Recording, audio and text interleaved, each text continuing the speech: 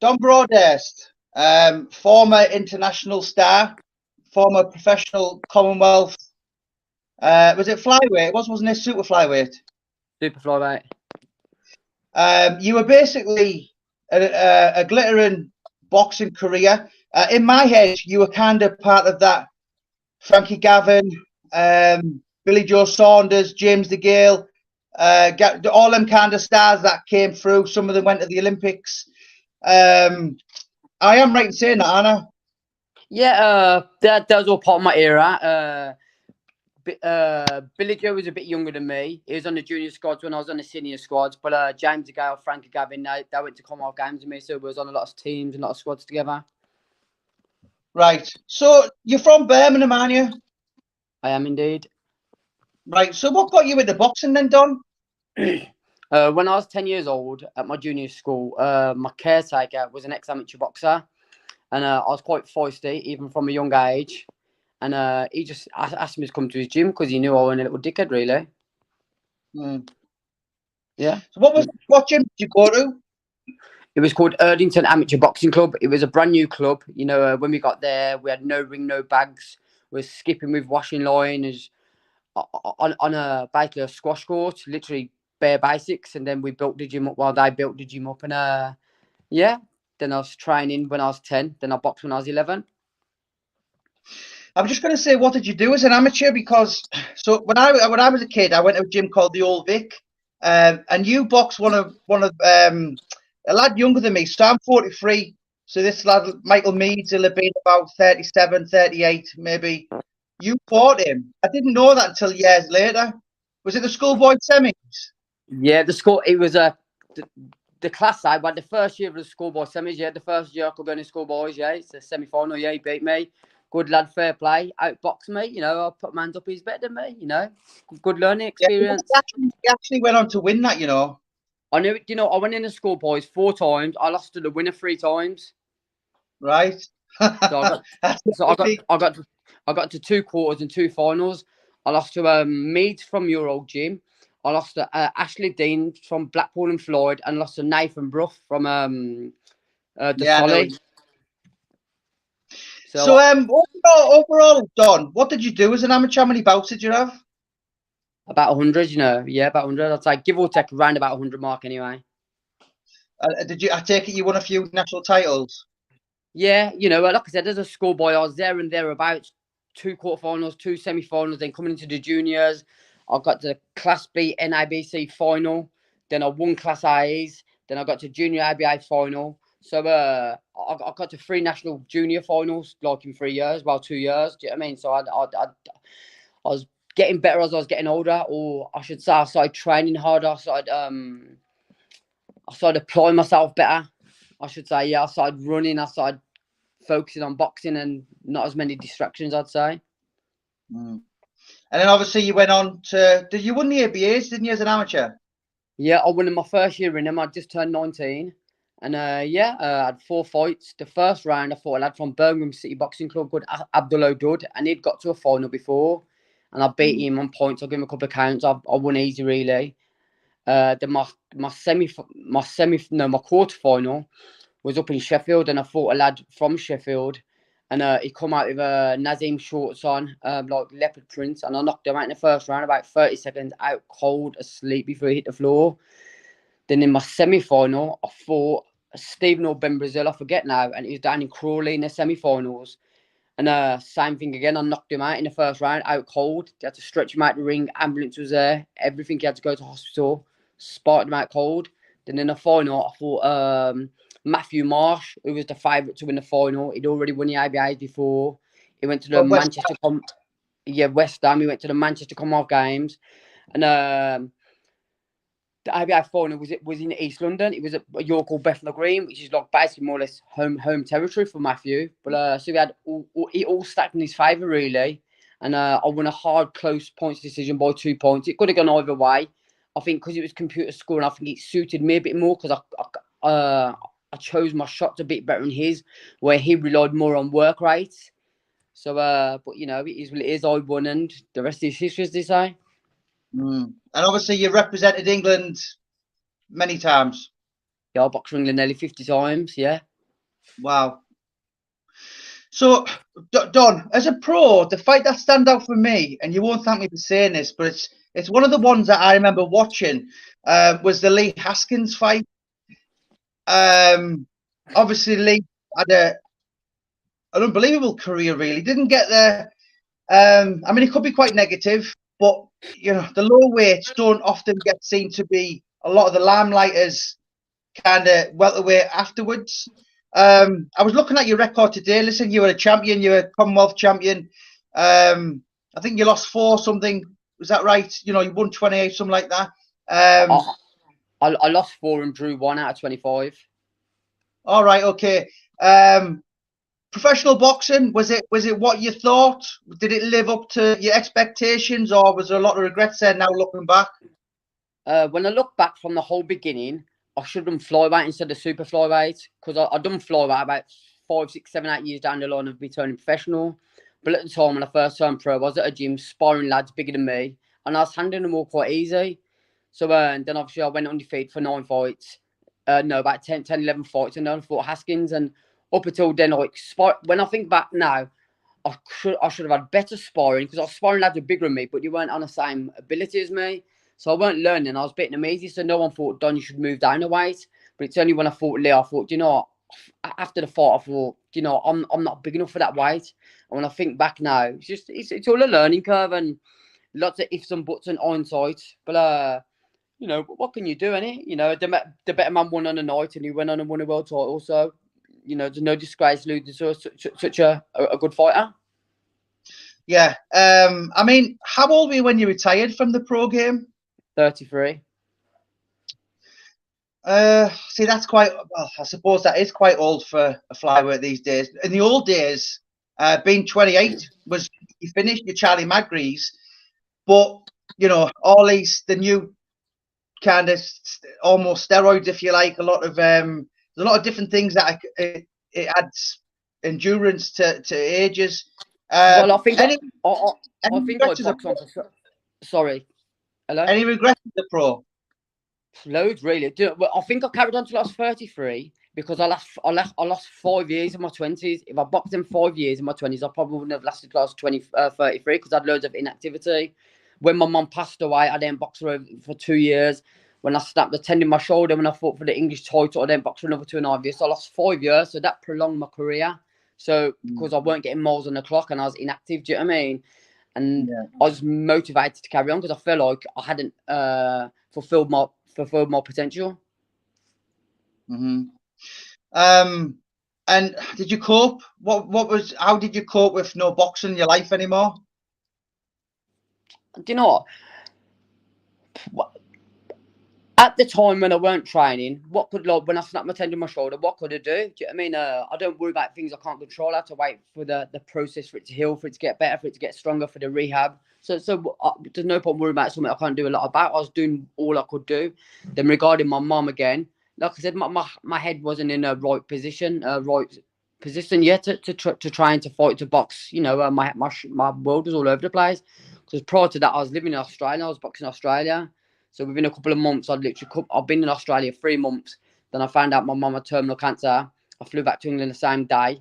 Then obviously I felt like my world had ended, really. Do you know what I mean? My head was all over the place. So, you know, I shouldn't have been anywhere near a boxing ring anyway. And I'm glad I took the decision to take time out, because that was the best thing for myself to do. Mm-hmm. Going back to your amateur career again, Don, did you ever come across any names that we all know in the pros? Any like well-known household? I know you're good friends with Gary Sykes, who I've been friends with for many years. He's spent a lot of time with him. But did you actually box anyone that people will know as a pro? Martin Geffen, he won a British title. Beat him 3 out of 4 times. Right. Who else can I think now? See, you put me on the spot now. Bloody hell. There is other names I just can't think off the top of my head. So I take it for many years you were basically boxing was your job. You know, I dare say you were kind of funded by the lottery, travel around, you've seen loads of the world. That was basically a full-time job, wasn't it? Yeah, been on England squads. I was up in Sheffield, did it AIS for weeks at a time, or down in Crystal Palace in London for weeks at a time. I was on lottery funding, national lottery funding.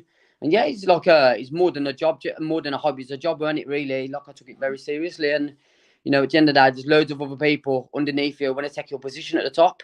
So you've got to stand your game. If not, you know, you get fucked off the funding, sorry for swearing, and you lose all the opportunities that come with it. Mm-hmm. And now that you're retired these days, are you still in love with the game? Do you still have the same passion? Do you still watch it? I mean, I don't know what you do now, training or anything like that.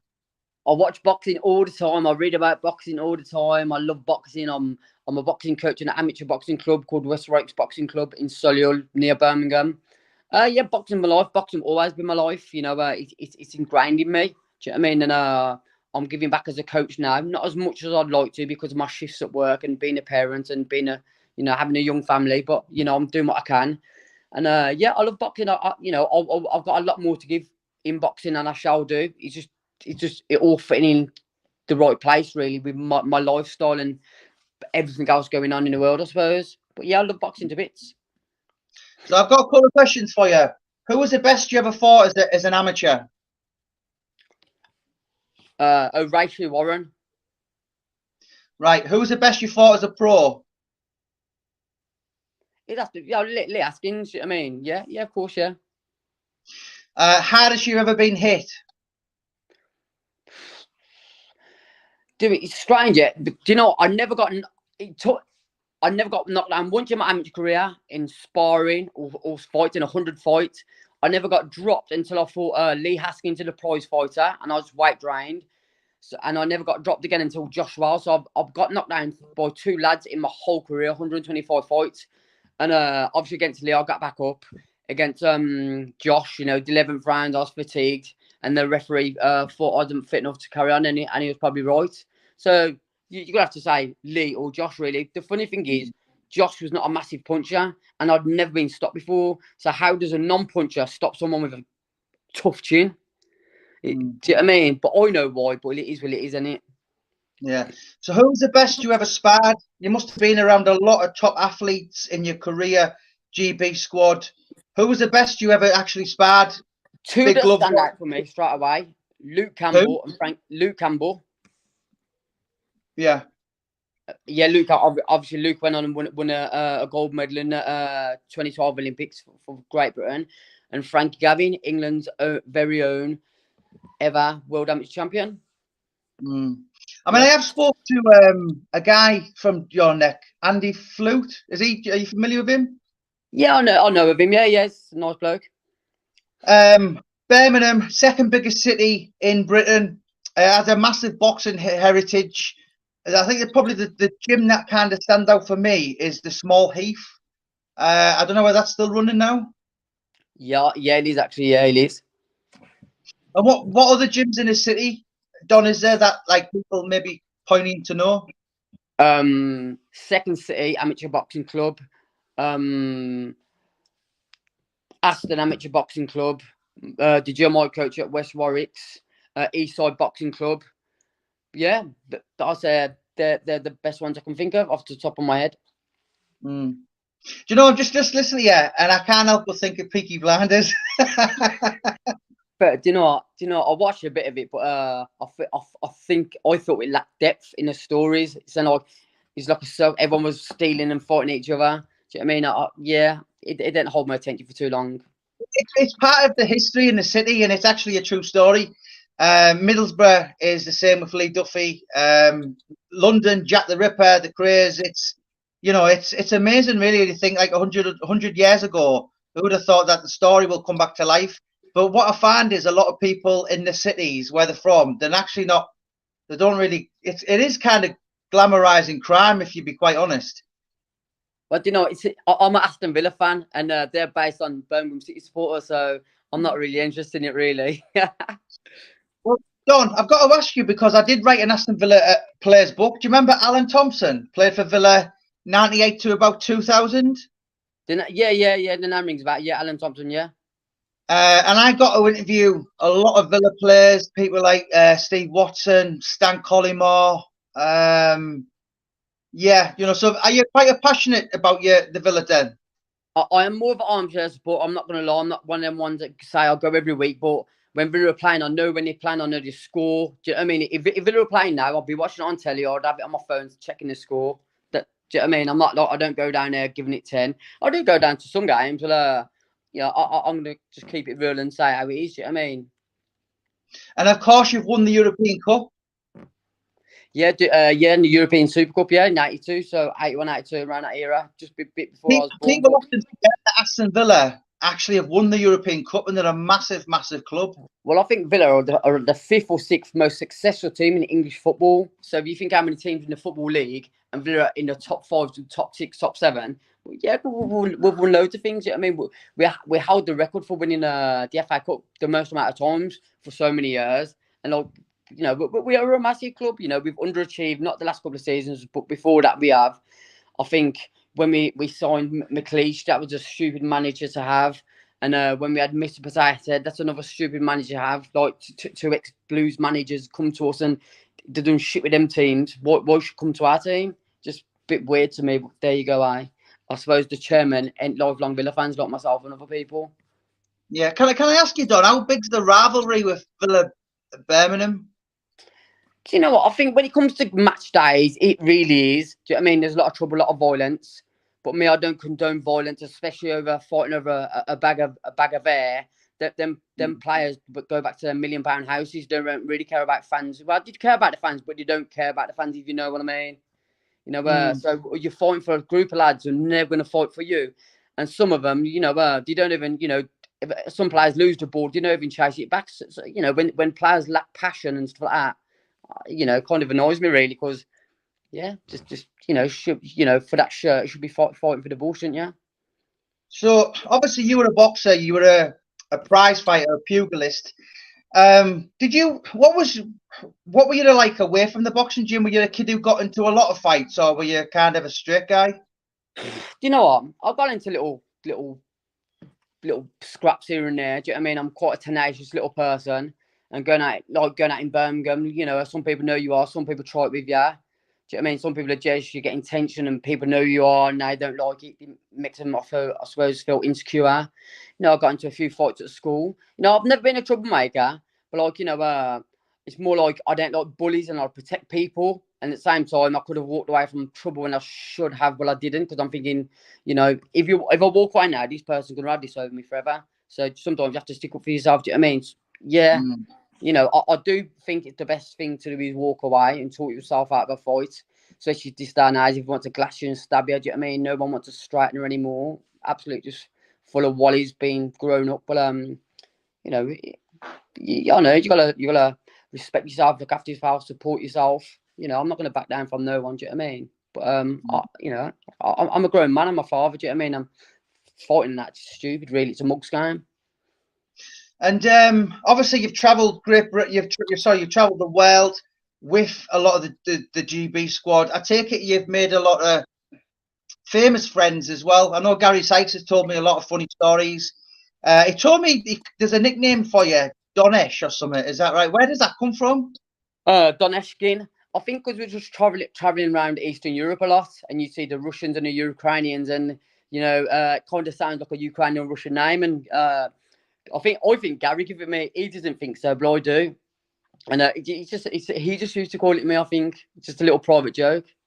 Yeah. I mean, obviously, I take it you kind of come up the Birmingham scene with your Frankie Gavins. I'm just trying to think of any other kind of. Obviously, Sam Eggleton's a bit younger than you, but I mean, there was a top fighter from Birmingham years ago, probably before your time, James Hagney. Do you remember him? No, I don't know. Yeah. The era I can think of, it was I suppose Wayne Alcott, Matthew Macklin. That was a couple of years older than me. Well, Wayne's a bit older than I suppose Matthew's about a few years older than me, then Wayne's a little bit older than me. Wayne trained at my gym when I was 10-year-old, and he got to the senior IBA final. And so that was like the man who beat him in the final, stopped him in 56 seconds. A guy called John Pierce. That was about next. But obviously, John never went pro, but Elcock did. So I always kind of followed his career. And he was a right good pro, wasn't he? Yeah, won a British title against Howard Eastman. I was there at that fight. Then he fought for a world title against Arthur Abrahams in Germany. You know, that's, you know, to fight someone of that caliber in his own country. You know, great opportunity and a bit of an achievement, I suppose. Fight for a world title. Yeah. So I mean, do you do any training these days yourself, or is that part of it? I know you coach the kids, but I mean, do you ever, you know, like when you grew up, you'll know this. I used to just shadow box, and then all of a sudden, about 35, I stopped doing it.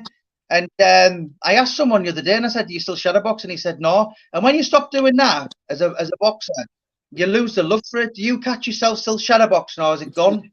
Do you know what? I'm shadow boxing, walking around the kitchen. I'm shadow boxing in the bathroom. Yeah, I'm shadow here, there, and yeah.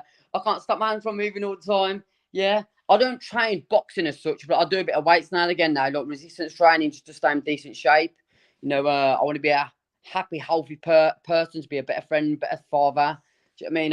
I want to be strong. I want to be able. Do you know what I mean? I don't want to seize up. Being a boxing coach, you need to have a certain amount of level of fitness. Do you know what I mean? You know, a lot of the things I told the lads to do in the gym, I like to have to do a lot of it myself. You know, I like to practice what I preach. I mean, if I say get down and give me 20 press ups, 30 press ups, I know I could do what I'm telling him to do, still at my age now. So, you know, I like to keep in decent enough shape. And you've obviously been around the who's who of British boxing. Was there anyone that you actually met and was a little bit starstruck? I've met so many people the last couple of years, and there's a saying, never meet your heroes, and that's very true. I've met a couple and I've thought, oh, I used to like you, and I could have written the book, and I thought, nah. And you know, have you been around any of the big names, and you've just thought, wow? Well, no, I've never been starstruck by anyone really, because you look at like Amir Khan when he's on our squad. He was 17-year-old, a kid really. Do you know what I mean? And I was 19, so was quite close in age. But look at the career he had. Then you had Tony Bellew, James Gallagher. All these lads are millionaire celebrities, but like we all come up together. So like I weren't in awe of any of them. Was all friends. Was like, do you know what I mean? Or just all the same really. Then when I've met famous boxers. You know, I've met Mike Tyson, I've met like Hatton Barrera, like Hearns, Duran, loads of people. But you know, no, I've never been in awe of anyone really, because a human's a human. We've all got 2 arms, 2 legs. We all bleed the same colour blood. Do you know what I mean? No, we're all the same. No football heroes? Heroes. It used to be Diego Maradona, but now I like Messi and Ronaldo. Then if you look at Villa players, I like Tony Daly. I like Dean Saunders, yeah, Daley Atkinson. Then further on, so Dwight York, brilliant player. Yeah, well, yeah, look, I've looked loads of Villa players over the years. Gareth Barry, there's loads. Yeah. Well, funny enough, I mean, see, I used to live in Glasgow when I was young, Scottish parent, and I've met a lot of people the last couple of years. Got to speak to people, boxers, footballers, actors. But I never, ever got over looking at my phone and going, it's Martin O'Neill, and then trying to speak to him and not being starstruck. But yeah, there's a lot of people I wish I'd never met.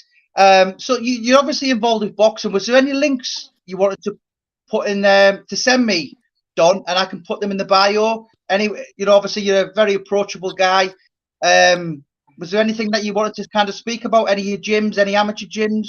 Well, like I said, the gym I coach at, it's called West Warwick Boxing Club, and we're like a new gym, up and coming club. You know, we had a girl win the elites this year. We had a girl win the elites last year. Then we've had a couple of quarterfinalists, semi-finalists. But we're a new club, and we're learning. And you know, our time will come when we're up there winning multiple national titles on the bounce.